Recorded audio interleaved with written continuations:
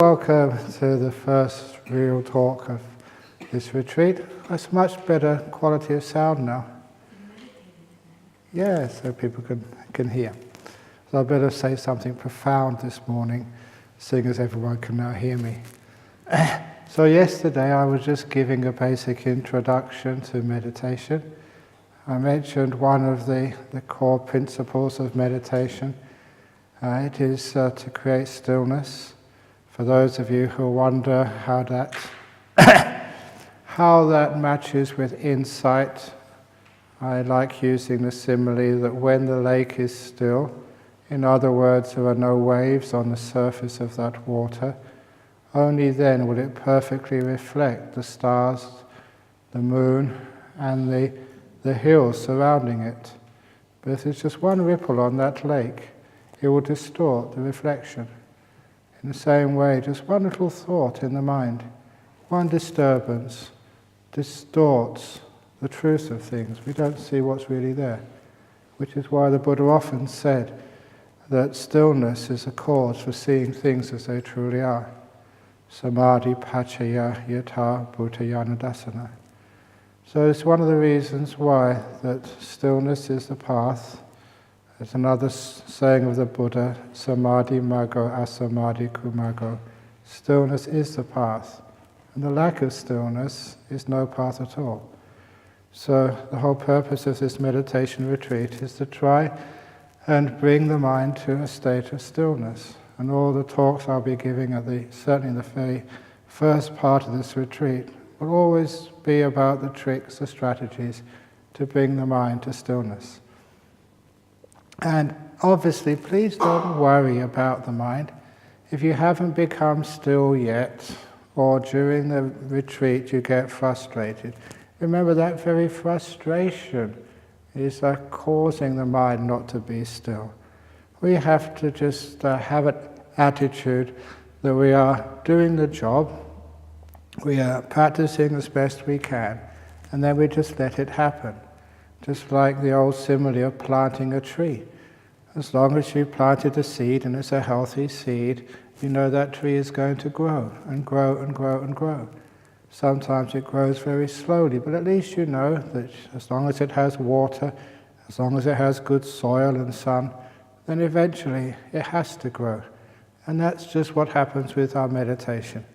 All we need to do is to keep on making sure we're planting our seed in a good place. This is a good place. And we water it and keep the sun shining on it. The water is the wisdom, the understanding which you have about meditation, and the sun is the kindness and the mindfulness, the light of the sun and the warmth of the sun.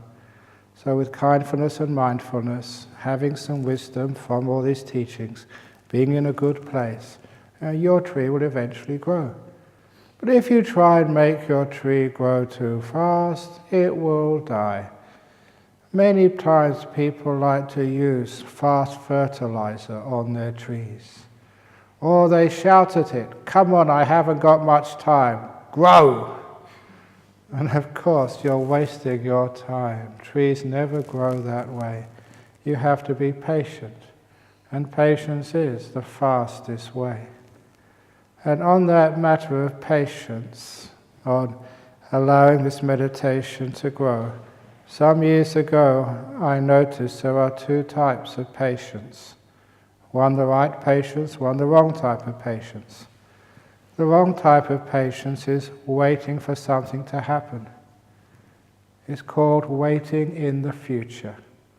And for a lot of times, the people practice that and think that that's being patient. When is the bell going to ring? When are we going to have lunch? When is my mind going to be peaceful? When is the aircraft going to depart? All of those waiting in the future, it's not being patient at all. It causes you a lot of stress, as here I am and you want to be somewhere else. That's called waiting in the future, waiting for something to happen.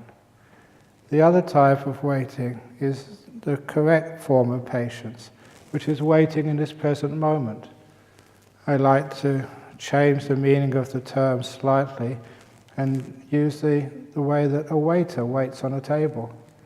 You're waiting in this moment because you see the customers in the restaurant, and a good waiter can perceive now is the time they want their plates changed. Now is the time they would like their dessert. And if a waiter can wait in the moment rather than waiting in the future, he's always aware of what's happening right now and can react appropriately and get good tip. So hopefully I'm waiting on all of you, so please, big tip. So we have waiting in the moment is the right type of patience. So we're not looking again into the future or the past, always focusing on this present moment. Understanding that if we keep focusing on this present moment, the future will look after itself. As long as we're watering and protecting and keeping the tree in the sunshine right now, we know it must grow. Because this is the whole basic theory of Buddhism, of cause and effect. As long as we know the cause of things, we know the effect will happen eventually. And so, just again, going off on a tangent, sometimes people come here and say, well, can we get jhanas and become enlightened? We're only lay people, whatever.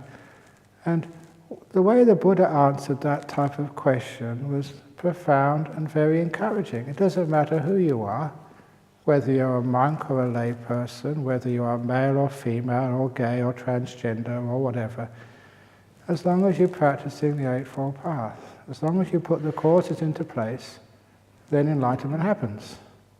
It doesn't depend upon you, it depends upon what you do and how you do it. Put the causes into place, practice the Eightfold Path, and the Buddha guaranteed, yes, where you find people practicing the Eightfold Path, you'll find streamless ones, returnless, non-returnless, full enlightened ones. That's in the Mahaparinibbana Sutra. So that gives you encouragement. All you have to do is put the causes in place right now. So you put the causes into place, again, of mindfulness and kindness, listen to the Dhamma, and you'll know that eventually the meditation will get deeper and deeper and deeper and deeper, more and more still. The waves on the surface of your mind will get less. And eventually, you start seeing the truth. You get wise and happy. And this is just nature. Now, one of the problems is, especially with people from places like Singapore, you haven't got much time, so you want to get enlightened this week. And of course, your trees don't grow according to human schedules. So all you can do is do the very best you can and just see how much you develop over the next week. And it's great not to have goals. If you come to this retreat with any goals, say, yes, this time I'm really going to get jhanas, this time I'm going to get stream winning, or whatever goal you have, you just create yourself lots more suffering. All goals, they just neglect the present moment as you start looking at the future. You are looking at where you want to be, where you're going, rather than where you are. And just like the person walking in the forest, you walk in this forest here. If you look too far ahead of yourself, you'll trip over the rock or the log lying right in front of you. So our job in meditation is to look at the log right in front of us now, not way over there, not even a meter ahead, but look where we are. And if you have any goals, you miss what's happening now. So try and have, if you're going to have any goals at all, have the goal of not having any goals. I'm going to try not to do any trying. My aspiration is to be free of all aspirations. In other words, just be and let go and be here. Which is why yesterday I put a lot of emphasis on the present moment awareness. And the present moment was not invented by Eckhart Tolle. You only have to look at the Bhaddekaratta Suttas, where the Buddha makes a huge amount of emphasis on let going of the past, don't run off to the future, being the present moment. It's just a basic part of our meditation. And the nice thing about that present moment awareness is you can practice it anywhere, anytime, no matter what you're doing throughout this retreat. So you don't think that you're only meditating when you're on your cushion or when you're doing walking. Just when you're brushing your teeth. One tooth at a time. Be here right now as you're brushing. When you're eating, just one. What do you have this morning for breakfast? Conche. One spoon of conche at a time. But you may notice. You probably notice it in yourself, you probably notice it in other people. You have one spoon of conche already in your mouth, being tasted, about to be swallowed. And there is another spoon of conche in your spoon, waiting in line. And you're looking down at what else you're going to have afterwards. You are 3 spoons of conche in front of yourself. Sometimes even more. You see that when people are eating, they're chewing something, something's on their spoon, and with their fork, they're messing around with their plate, making next piles. Do you like enjoying your food? If you enjoy your food and like to appreciate it, just one spoon at a time. So you put the spoon into your mouth and you taste it fully. Forget about the spoons coming later. If you're thinking about the next spoon or the one after it, you can't really enjoy what you're eating right now. You're not fully here. So to enhance your Epicurean adventure in Jhana grove, so you enjoy the food even more, try one spoon at a time, practice. What that really means is you are appreciating the present moment even when you're eating, even when you're going to the toilet, one plop at a time. So don't take a book in there, don't go planning what you're going to do next. Be there. You may laugh, but there's a lot of people, they do have problems with their colon, they get constipated, they have diarrhea. You know what it is? So simple. It's because they're trying to rush, because they want to go somewhere else. Or they can't relax, even on the toilet. So please, at least that one place, be in the present moment. And the next thing, once you're in the present moment, what else do you do? Let go. And then you find you get very, very healthy as well. So in Intona, or most importantly, even when you're walking from one place to the other, just to make a point of that, one evening at Dhammaloka, I gave a talk, and it's one of the talks I liked the most, which I gave on a Friday night, was called the in-between moments.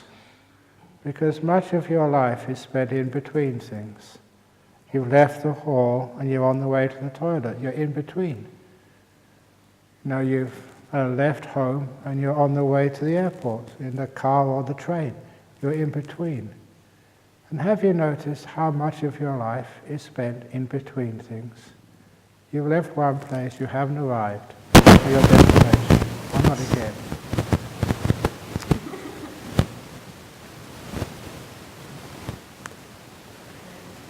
Okay. Last episode. We left one place. If you can't hear at the back, please shout and I'll just use my natural voice. You left one place and about to arrive at another place, and you're in between things. And a lot of times we waste those opportunities of being in between. And in fact, you might say that the whole of life is in between. In between being born and going to your absolute destination, the crematorium. And now we're in between. Now the most important thing is when you're in between, be here. So appreciate this moment and learn as much as you can from this moment by being here. And try not to worry about where you're going next. The whole part of meditation is being here, being in between, being now. And valuing those moments. So see if you can catch yourself during this next 9 days when you've left one place. So when you've left one place and you haven't arrived at the destination yet, don't throw those moments away. They're really important. Even when you get up from your seat here to go to the walking meditation, You find much wisdom and stillness comes from the moment you leave your cushion to the moment you start your walking meditation. That is important. And if you don't have to force yourself, because after a while, the idea and practice of present moment awareness becomes very happy and peaceful. The first few days of a meditation, you may be tired, you may feel a bit tight, but after a while, you tend to relax into this present moment, and it's so enjoyable, just being here. I don't have to get to anywhere on time. It's not like being in Singapore. Yes, I am your boss, but I can't sack you. So you're safe. And you've known me for a long time, that I don't shout at anybody or criticize them. It's one of my problems, because I am far too soft, which means that Bodhinyana Monastery, there's far too many monks and anagarikas. When I give retreats, it's always overbooked. When I go to Singapore, there's so many people who want to have photo. It's because I'm too soft. I know there is such a thing called charm school. I want to find the opposite, grumpy school. So if I can learn how to be more grumpy, then I can have more free time. But I don't think it is my nature to be grumpy. But it's good, it means you don't have to be afraid.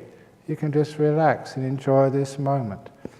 Now, sometimes people have the idea if you don't set goals, you don't achieve anything. But that is not how this meditation works. If you are in this present moment, and if you are content, you're just happy to be here, the stillness grows and grows and grows. And stillness evolves. It just doesn't stay just as you feel now. When you become still, many things disappear. And as the coarse things disappear, they reveal what is more refined. The path of stillness is the path of going in and in and in.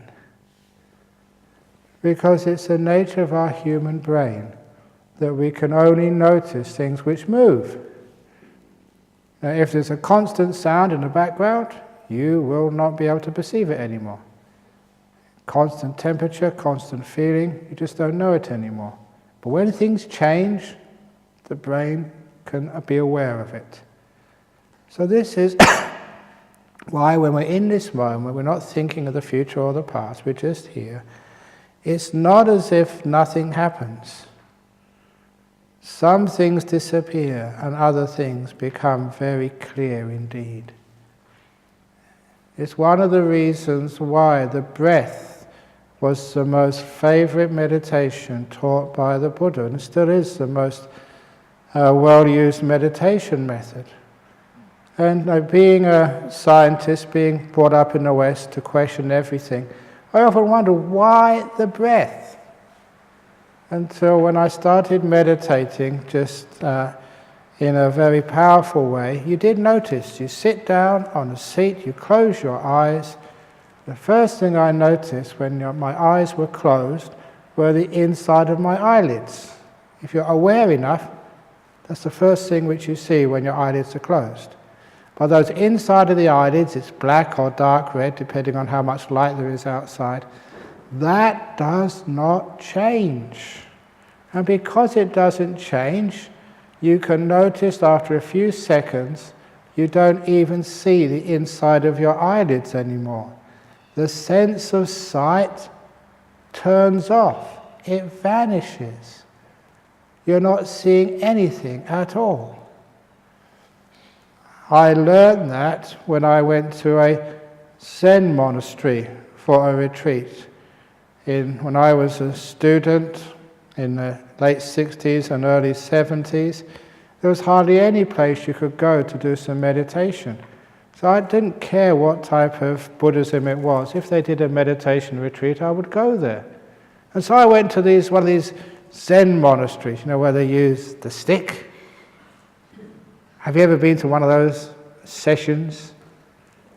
Because I remember we got up early on a Sunday morning. I was about 20, 21.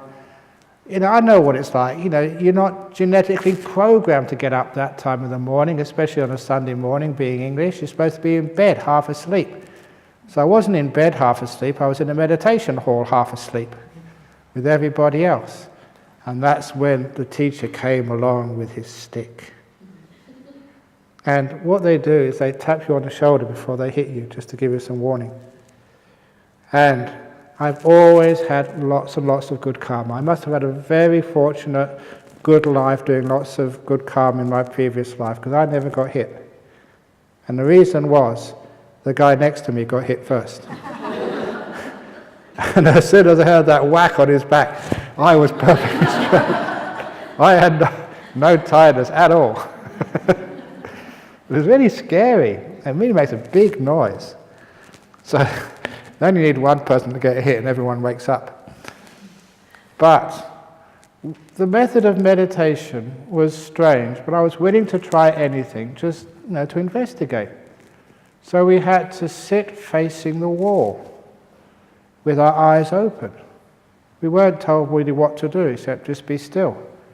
So there you were, eyes open, watching this whitewashed wall.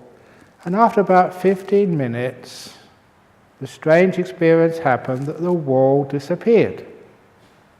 Now it didn't go sort of like transparent, it just there was no wall there. And that was really weird. But this was the 60s and 70s when people liked weird things. You had to take all these illegal substances if you wanted a weird experience, but here was one for free. And so I was really fascinated. I've never been scared of strange things which happen in the mind, any weird stuff. Yeah, this is fun, this is interesting. So the wall disappeared. It wasn't there anymore. And of course that makes you think, wow, what's going on? Very simple to understand. It's one of your first experiences with sight of realizing when nothing changes, the sense turns off. It's no different than closing your eyes and looking at the inside of your eyelids, but you're used to that so much you may not have noticed it. But if you go in your room and face the wall, sit with your eyes open, after a while that wall will vanish. Simply because nothing is happening. The brain is not wired to notice things which are stable. It disappears. And that is one of the most important things to understand about how meditation works. When you're still, things disappear. So, you close your eyes, and after a while, sight vanishes. Now, you just not know how much busyness you have with sight. Looking at other people, looking at me, wondering how they're dressed or what they look like and who they are. The visual sense takes a huge amount of gigabytes in our brain. And imagine when that's all stopped, you've got so much more freedom for the mind or the brain to observe other things. When you're not taken up so much by the business of seeing. And you're sitting reasonably still and comfortably. Like I said last night, please be kind to your body. Look after it, because if you look after the body and you're reasonably comfortable, nothing much is going on in your body. The knees are comfortable, the back is okay. It's one of the reasons I did ask Dania to make sure that there was the heater on this morning. Sometimes people they're not complain, but they wonder, why is Jhana growth so comfortable? Now, surely in meditation retreats you have to suffer. Be in bedrooms with 4 other people where there's always one snorer, have bad food, queue up for toilets, and be in either freezing or boiling hot meditation room.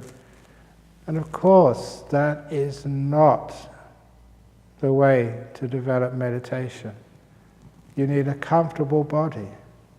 So that's why we try and make sure you have good food, a comfortable place to sit and sleep at night. So you can sit down in meditating and there's hardly an ache or a pain on the body. The body is comfortable. When it's comfortable, there's no aches or pains, because nothing is going on in your body. What do you think happens to your body? It vanishes. It disappears. And so this other big amount of business for your brain, physical feelings, vanish. They're not there anymore. Woohoo, I'm free. Now that will only happen if you're reasonably comfortable. If you've got an ache or a pain in the body, that will keep you tied to your body, and you will not be able to be free from the body. The body will not disappear unless you are very, very skilled in your meditation. Most people can't do that. So please look after your body, keep it comfortable. And on that point, if during the meditation, you need to move, please move. If I've got an ache in my knee, I'm getting old now, if my knee aches, I don't just sit there. Come on, Ajahn Brahm, endure. You're a tough monk. As soon as I know my body that well, if it's just this little irritation, I know it's going to disappear, I don't bother about it. But if it's that pain, which I know from experience is going to get worse and worse, I move. It takes about 20 seconds to move. The pain disappears, and now I can carry on meditating. That way you get far deeper in your meditation when your body is comfortable. Please remember that this is how the Buddha taught. The Buddha never asked anyone to experience pain or meditate on pain. That was not one of the Buddha's meditation subjects. The Buddha never ever taught anapana sati. Ana means along with, sati mindfulness. Never taught mindfulness along with pain. Anapana, yes, mindfulness along with the breathing, but not anapana sati. So if you're experiencing pain, you are practicing anapana sati. That is not what the Buddha taught. So please look after your body, and then the body can vanish. When it does vanish, some retreat some years ago, a Singaporean guy, he was meditating, and then he came out, put his name out on the interview. He said, I must see you, I must see you, I must see you. So what's happened? He said, I was meditating and my hands disappeared. Great, what's the problem? Is that supposed to happen? Yes, it's good. It means there's one part of your body you don't have to worry about. Now let the rest of it disappear as well. But because it had never happened to him before, and because he didn't understand what was going on, he got scared. So please expect the whole of your body to vanish. So when the body vanishes and the sight vanishes, hearing is a very difficult thing to let go of. That's why the only way is to please, please, please try and be quiet. Because imagine you come in and bang the door just when someone is about to become enlightened. And you, because of you, they don't. Imagine the bad karma for that. Ooh, I would like to be you in your next life. So really be careful when you come in here, because out of respect for other people, because little noises, they can really disturb people. So other than that, it's a reasonably quiet place. Yeah, there's the sound of the birds, but they're in the distance, and after a while you find you don't hear things. Sense of hearing disappears because there's no change at all. So you've let go of three senses. Smell. Smell is pretty easy to get rid of, as long as people don't pass wind. You know, that's why that we used to have so much incense in Buddhist temples. People didn't used to wash so much in those days. So that was the way they could get rid of all the smells. There's sometimes that people do all these customs in Buddhism, and they ask why? Why do you have candles? And why do you have incense and flowers in Buddhist temples? And so, sometimes we just follow our ancestors without really understanding why. You've all heard me probably in Singapore that I could not believe that, in Thailand, when people put incense into the bowl, they just put it in. But any Chinese temple, especially Singapore, they take the incense and they shake it first of all before they put it in. And you know why? As I've told many people before, it is because in Asian culture, whether it's in Sri Lanka or Thailand or Hong Kong or Singapore, Malaysia, you always go to the temple with your grandma first of all. She's the one who usually takes the grandchildren into the temple to show them what to do. And grandma takes the incense and shakes it before she puts it into the bowl. And the children follow suit, thinking that's the right thing to do. The only reason why grandma shakes is because she's got Parkinson's disease. And all the kids, they follow, even though they haven't got Parkinson's. And that's where the custom of shaking the incense comes from. So please don't need to do that at all, unless you really have got Parkinson's, and fair enough. But when we get to things vanishing and disappearing, you find that when all of that has vanished, the one thing which is left, which is very difficult to stop, is your breathing. So even if you don't try to watch the breath, eventually the breath will come to you. It's the only thing left which is moving. That's why it becomes a natural object of meditation. Now, for those of you who follow the instructions, present moment awareness and silence, you'll find a lot of the time you don't have to go looking for the breath. When everything else disappears, the breath is the last thing left. And I must admit that that's the way that I meditate. When I started meditating, I was watching the breath, but I found that was nowhere near as effective as just letting go of everything else until the breath was the only thing left. What that meant was when the breath appeared in my mind when I meditated, it was always really peaceful, even the very first time. If you try and watch the breath, you will find it's never comfortable when you first watch it. It's always unnatural. You're forcing your attention onto the breath. So I really encourage that method of just letting go, be in the present moment, being silent, stop all this thinking business, and just sit there, watch things go until the breath just comes to you. Then that's a very, very wonderful way of meditating. When the breath does come to you, you don't just do anything with it. Remember, you're supposed to be in the present moment, just sitting there, letting go. And you will find, because you are not doing very much, not even thinking, your body is not metabolizing so much. It does not need so much oxygen. If you are working, walking backwards and forwards, of course you need to take in more fuel to burn more carbohydrates. That's one of the reasons why, look, you can see how much I eat. Actually, I don't eat that much. The reason I get fat is because my metabolism is so little, because I don't think enough. I should worry more. If I learned how to worry more, then I would lose a lot of weight. Because this is all it is. The body just, it sort of burns carbohydrates because it does work. Because, I just sit here and meditate. I don't do much work. Of course, you don't use so much fuel. It just gets stored up for the next day and the next day and the next day. That's what happens. Look, I've been watching you. Sometimes, I have my lunch, and you guys have your lunch as well.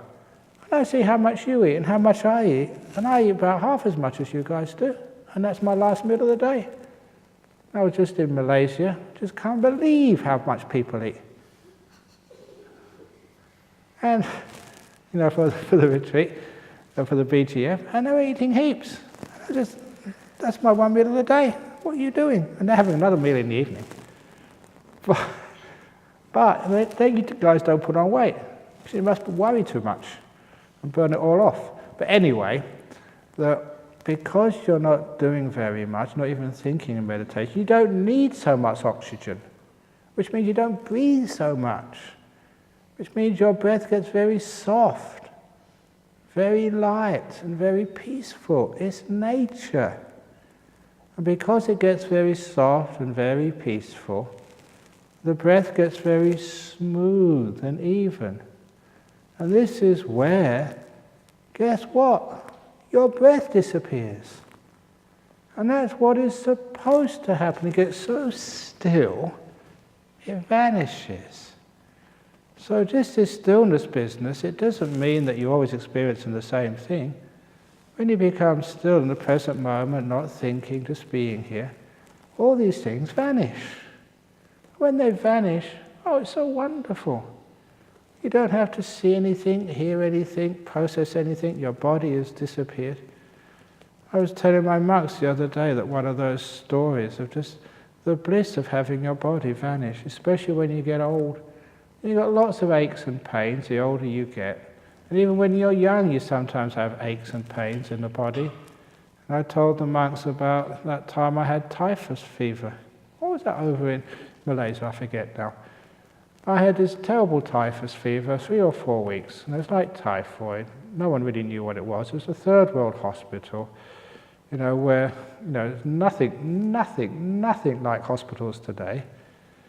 And that was a place at 6 o'clock, the night nurse vanished. The nurse, there was only one nurse at the station, with a ward of about 12 beds. And just without telling anybody, the guy just left, and no one came back. All night. About 2 hours later, I asked one of the monks, should we tell someone the night nurse hasn't come? And he told me there is no night nurse. If something happens in the middle of the night, it's just bad karma. That was not reassuring at all. When you got this terrible fever, no one knows what it was. And for 12 hours of the day, you had no one looking after you at all. No alarm bells to ring. A long way to the next ward to shout for anybody. If something happened in the middle of the night, that was it, you're dead. So that was pretty scary. And I won't go into the syringes they used to use in those days. These days people, some people are afraid of these injections. These injections, the needles are so sharp and they only use once. In those days, those needles were used many times. They were just boiled, hoping all any bacteria would be killed by the boiling. But it doesn't kill all the bacteria. There's always some left, and they keep shoving it inside of you. And I can't ever forget the trauma of this nurse who would come in and inject me twice a day in my buttocks. Because it was just a cocktail of antibiotics, because they didn't know it was typhus fever. And the fever was still very high. And this nurse, she was maybe about 40 years of age. I can still picture her now. And she was, not petite. She was built like a water buffalo. Like some Russian weightlifter in those days. This really big girl. And she had to be, because you turned over, whack, in your buttocks. Because the needles were so blunt, that's the only way they could inject you. You can't just push it in, it has to be stabbing you. That really hurt. And it doesn't matter how compassionate you are, even Kuan Yin would have hated that nurse. So that was what it was like in those hospitals. If you've ever had a fever for such a long time in third world country, you just feel absolutely zero energy. You feel so tired and everything aches. And it was just one time I decided, yes, you're a monk, you know how to meditate, let's meditate. And of course you could. The wonderful thing to know that no matter how much you feel, even if you've got low energy and you've got a fever, you can still just let go. It's very hard to watch the breath, but you can always let go and stop struggling and just watch everything disappear. And you can imagine just how blissful it was to watch my body vanish. No fever, no aches, no pains. Oh, it was such a wonderful escape out of this body. As it is for each one of you. For me it was even more enhanced because of where I'd come from a very sick and achy body. But even though it's so beautiful to have all this body vanish, you don't have to worry about itches, about heat or cold, about seeing things. It really is like you're being released from a prison, the prison of the five senses. So when this happens, please let it happen. Don't be afraid. Don't go, I can't feel my hands. My head's disappeared. My breath is gone. This is what is supposed to happen. This is what happens when you are still. These things vanish, and what is left is your sixth sense, the mind, the citta. This is what we're supposed to be doing. And it's fun, and it's beautiful, and it's happy, and it's full of great insights when the body vanishes and you just release this thing we call the mind, the citta. And of course you all know, as Buddhists, this mind is the most important part of Buddhism. First of the Dhamma part, the mind is the forerunner of all things. We've got to find out what that mind is, to release it. And again, one of the Buddha's similes of the goldsmith, he said, a goldsmith has to purify the gold first of all, before they can use it to make ornaments or to find out its properties. In the same way, you've got to purify the mind first of all, before you can understand it and make use of it. And the impurities of the mind are the five senses. Seeing, hearing, smelling, tasting, touching means you're not really aware of the mind. It's all covered up with all this other stuff. So in this meditation we become so still. All the body and the senses vanish and the mind appears.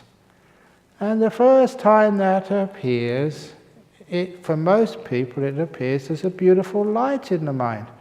Sometimes that light can be smeared all over like a screen of light, but the best ones are where it becomes just a ball of light. And I'll talk more about that later on. It's called the nimitta stage. Some of you have experienced that. But one thing which I will emphasize was even a few days ago, one of the meditators, I think from Jhana Grove, who was here for the 3 months, they were saying, yeah, they get these lights, but they can't be the real thing, they kept on saying. And I don't know how many times that people have meditated and seen this beautiful light in their mind and have doubted it and saying, oh, this can't be.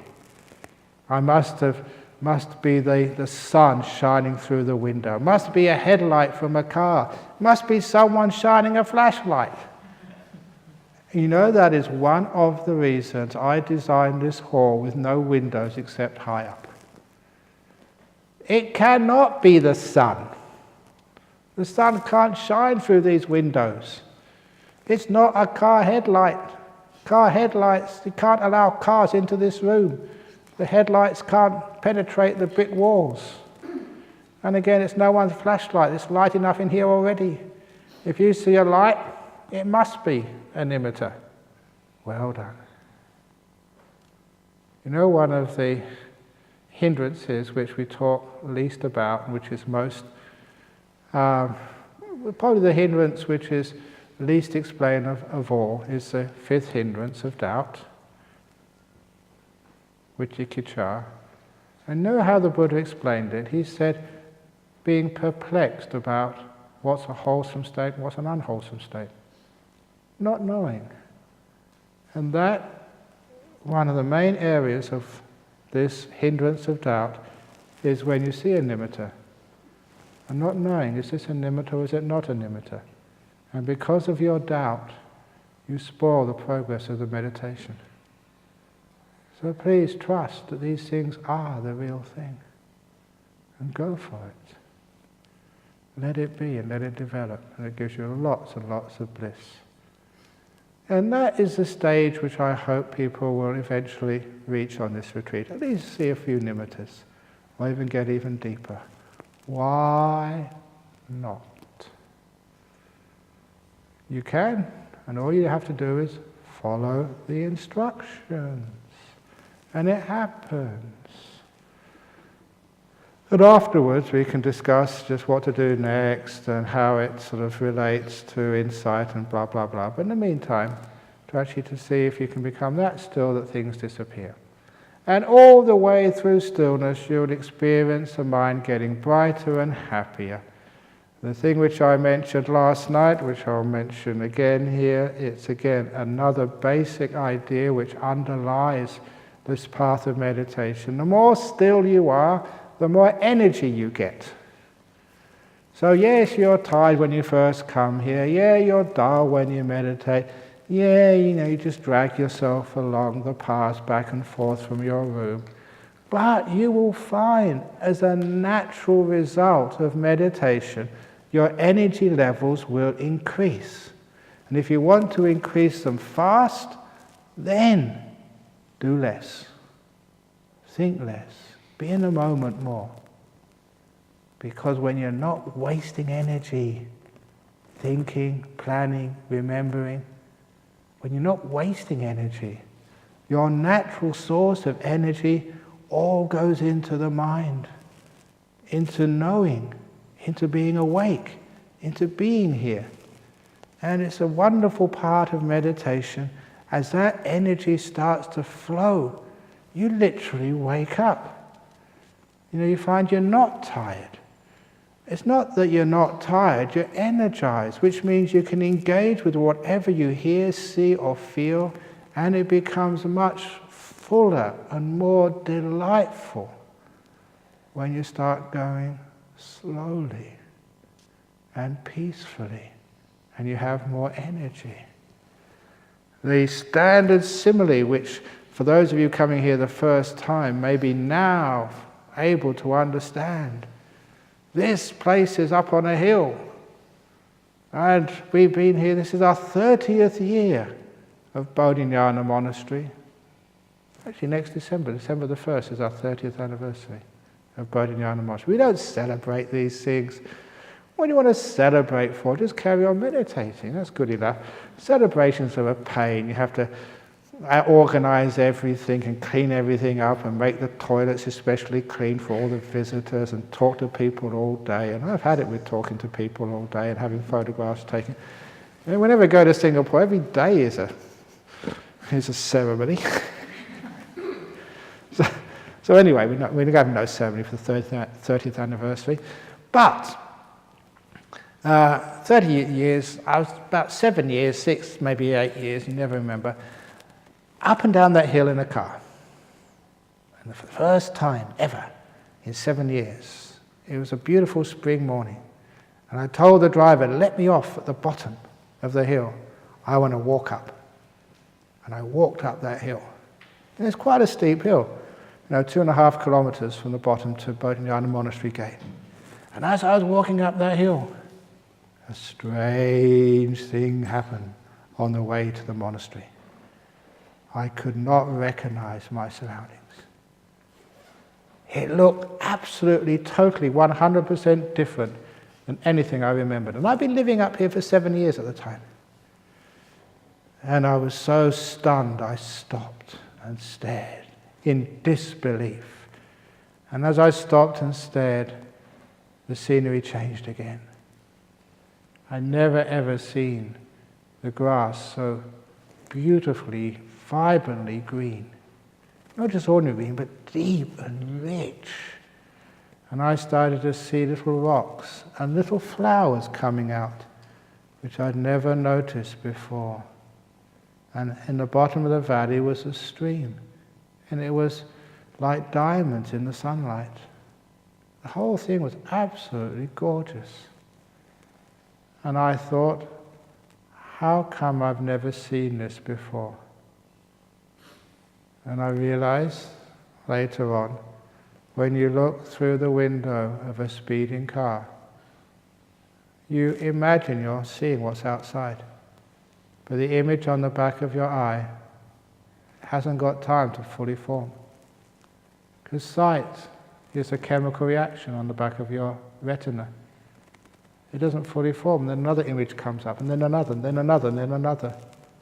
So you only see a fraction of what's out there, and the colors and the shapes are not fully developed.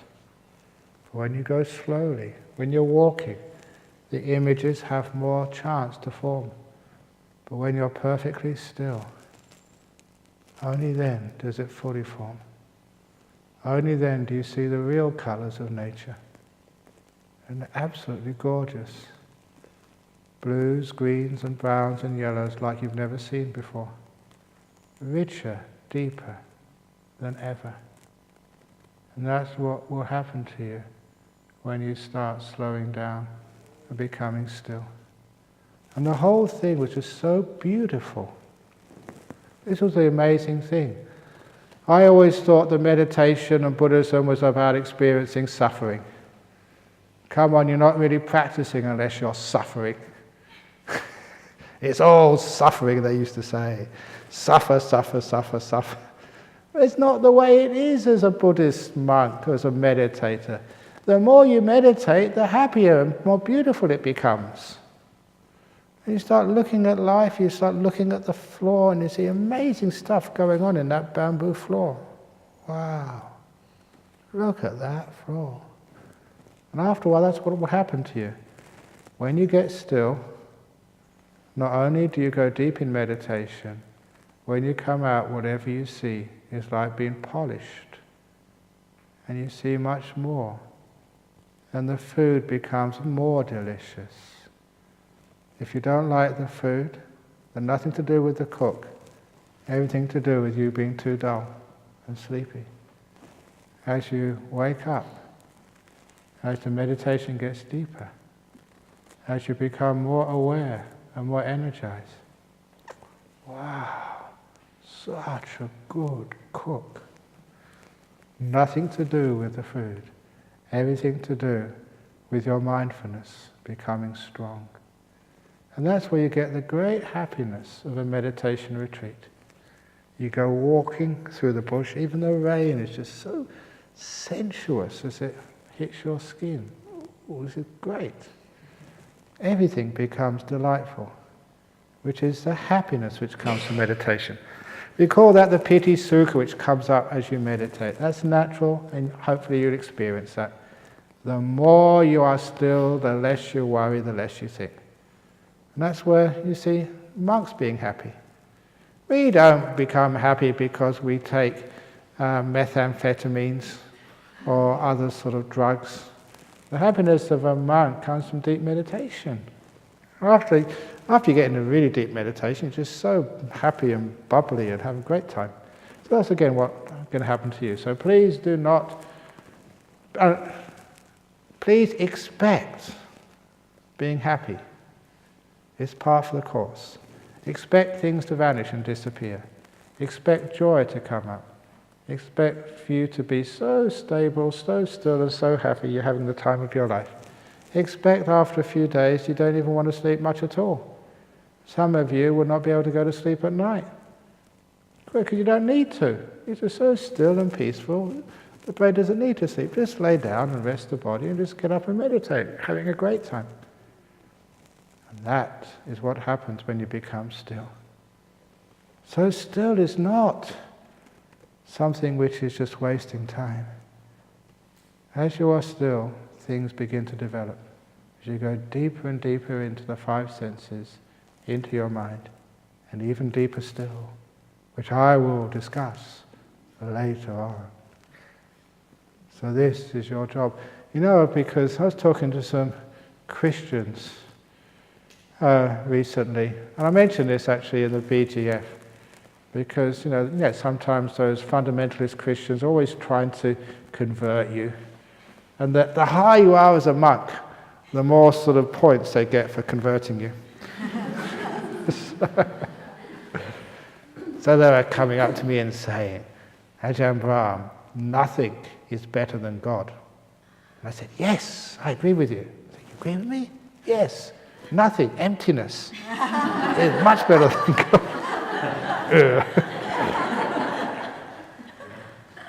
But I did quote in Psalms in the Christian Bible, where I don't know where they got this from, but it's obviously a Buddhist influence, where it says, be still and know that thou art God. Wow. That's what it says there. be still.